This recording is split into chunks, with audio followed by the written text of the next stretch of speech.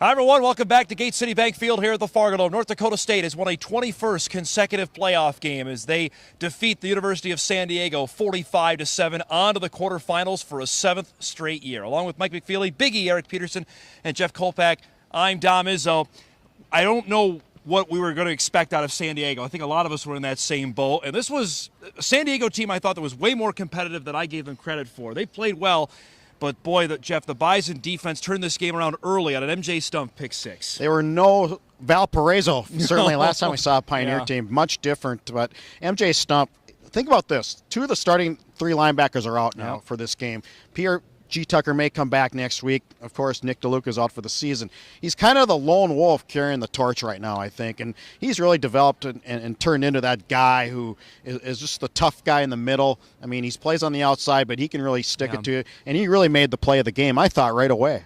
Big E, Easton Stick for the second straight game, throws 3 touchdown passes. He runs for 99 yards. If he's going at that clip, the Bison are unbeatable in my mind. I thought he was very good early with accuracy with passes. He hit Ilias on a downfield pass. He had a possible touchdown that went off Ilias' hands early. But the other thing we talked about, he's going to be unleashed in the run game. He had 4 big runs. When you add that element, when teams stack the box, he's going to give you that home run element either with his arm, if he can stay accurate, and with his feet because he can get outside. And I guess he did get caught on that one. Some people gave him a hard time, but he's still pretty explosive. I thought, though, Mike, the interesting part of the nugget of the press conference to me is Chris Kleiman revealed that Stick had had a bad back for the middle part of the season and may have affected his throwing, which certainly would have, I guess, clued us in on why he was struggling in the passing game in the latter half of the season. Yeah, that would explain it, and he's been sharp the last couple of games. He was on the money. Like Eric said, he should have had a touchdown pass early in the game today. He was on the money. San Diego kind of chose its poison today. They tried to stop the run. You know, it ended up being 45-7, which is not surprising. I think it's just the way it got to be 45-7 with the big plays. Bruce Anderson, big run in garbage time, but boy, it looks like his leg is not hurting very much after getting injured against South Dakota State. So the Bison are set up. They're final 8. They got the home game against the team they say they want to play. 299 rushing yards. Going back to the infamous 217 against UNI, the rushing attack and the offensive line has just been out of this world over the last month and a half. And over 200 yards against teams who are gearing to stop it, too, which is really impressive. I thought King Fraser got the tough yards, and then again, Lance Dunn's shown some explosiveness. But when you add Stick to that run game, he had 99 yards rushing today on just 4 attempts. That just adds a whole different element. And now you're not afraid to use it in postseason, right? Exactly right. The wheel route Big E came back in big-time fashion with 2 touchdowns to Chase Morlock. I go back to the season opener of 2015 in Missoula where Carson Wentz hits Morlock. We haven't seen it a whole lot, or at least it hasn't worked in the Missouri Valley season. It worked big today. I know you got to set up, but they should just run that play every time because it's open. But Chase Morlock brought up in the postgame, the Missouri Valley Football Conference teams have seen it. So it was kind of like the middle screen there for a couple years. You work it works for a while, and then when teams get familiar with you, they keep an eye out for it. No, San Diego's a new opponent, maybe not as tuned in on that, so it worked for them twice today. And, I mean, they had 9 guys like near the line of scrimmage for most of the game. So San Diego is like, we're going to stack the box, and if you're going to try to run up the middle, good luck. And the thing is, though, once you break through that initial shell or there's a play action, you can get beat for some big plays, and that's what eventually ended up happening as the game wore on. Well, as Michael mentioned, South Dakota State hung on, got a field goal late from Chase Vinatieri to beat Villanova 10-7, so here we go. It's every other year that the Jacks and the Bison play in the postseason again, 2012, 2014, and 2016. This is obviously a little bit different, Mike, since the Jacks were the last team, the only team to beat NDSU this season, and we get a rematch here in a week. You know, when we were talking about this before the game, but this is the first time South Dakota State has ever made the quarterfinals in the FCS playoffs. They've had some good teams, you know, back when the Bison were at their peak in 2013, 2014. I guess they're still peaking, but this is the first time the Jacks have made the quarterfinals. They go through Fargo again, which I suspect if you ask South Dakota State, they're looking forward to come up and trying to end this dynasty that North Dakota State has.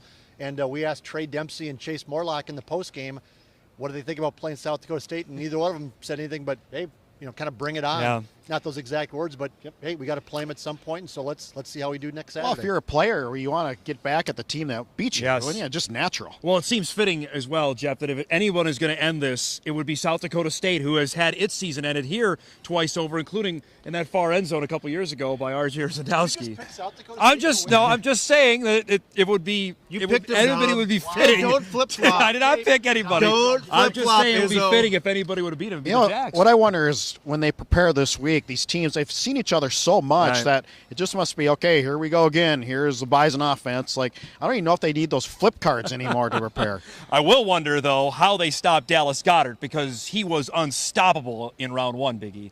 I don't think you stop him. I think you contain him. Maybe you double him a little bit. Maybe you, if you're the Bison, you try to keep your safeties back and try to contain the run with your front seven. Right. But, you know, Mangarelli has shown some ability to run if you give him some lanes. It's just, it's going to be holding him out of the end zone. They did a good job of that the first time they played. The problem was I don't think NDSU's offense, you have to score points on that SDSU defense. If you're going to win, you got to score 24 to 28 points on that SDSU defense, and that might not be enough if the Jacks offense is clicking. So Meanwhile, here's the question, though. Excuse me, Don. The last time Stiegelmeier pulled out everything to try to win that football game, and why not do it again? I mean, or can you do that again in a playoff Will the game? Jacks have something else they try? Will the Bison try something else? If they go for it on fourth down every time. I mean, if you're the Jackrabbits, why not? Yeah, I mean, it worked. Nobody's beaten these guys in 5 years. Right. And you get the feeling that if North Dakota State can get past the Jackrabbits, they have another nice chance to get back to Frisco. So you got to pull out the kitchen sink. I look back too. Who's going to throw the kitchen sink first? That's what I'm going to. Is SDSU going to? Who's going to go for it first time? Yeah. That's not in the Bison's MO. No, that's not. I look back, Jeff, 2014 when Zenner was in the Wildcat, and NDSU had never seen that, and that was the first time he was able to get off and have a big game. Was that playoff game a couple years ago? And I'm sure that was something done over the summer or something like that. And they withheld the Christian quarterback run draw until they played him this year. So I don't know what else you can throw at them. I'm sure that they'll spend this week doing that. I think you're right. I think you got to throw everything and anything. Dallas Goedert, Wildcat, all day long on Saturday. You called it. And the big thing is Pierre G. Tucker's health. Yes. In a game like that, you have Stumpf, you have Pierre G. Tucker, you have two guys then who can maybe split the coverage duties on Goedert.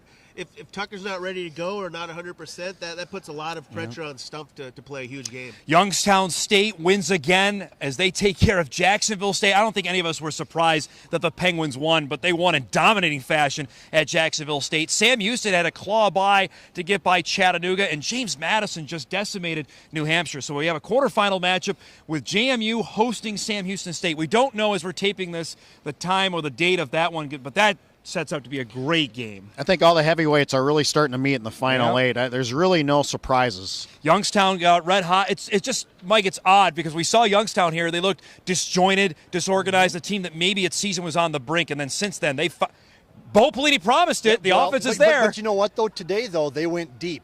Youngstown State passed for an ungodly amount of yardage when we didn't think they could have a quarterback to do that. Do it. But so clearly they can coach in Youngstown, and that makes a difference when you can see things on film and take advantage of weaknesses in other teams. They're scary right now. Hunter Wells had 10 completions for 290 yards. If my math is correct, that's 29 yards per completion. If you do that, you're going to win a lot of games. That's good. Yeah, that's good. Climax math. Yeah. Now, Youngstown would play either the Citadel or Wofford, whoever wins that slobber knocker of a game with 3 passing yards. And you look at it, Citadel plays pretty good defense. They run the ball if they end up get through, but so does Youngstown. That sets up to be a great quarterfinal game if that ends up being the case. Youngstown has the defense, and when you got backs like Jody Webb and Martin Ruiz, if Wells can give them any sort of a passing game, which he did today, they're a very dangerous team because their defense stacks up with almost any in the country right now. A quick note on the Valley as we wrap it up here. Gets 3 out of the final 8. That's really impressive. And almost had Illinois State. If Illinois State would have kicked it away down at Central Arkansas and have a chance today, it's I think a tribute to the league is probably still on top, but you have to give it to it, right? No doubt about that.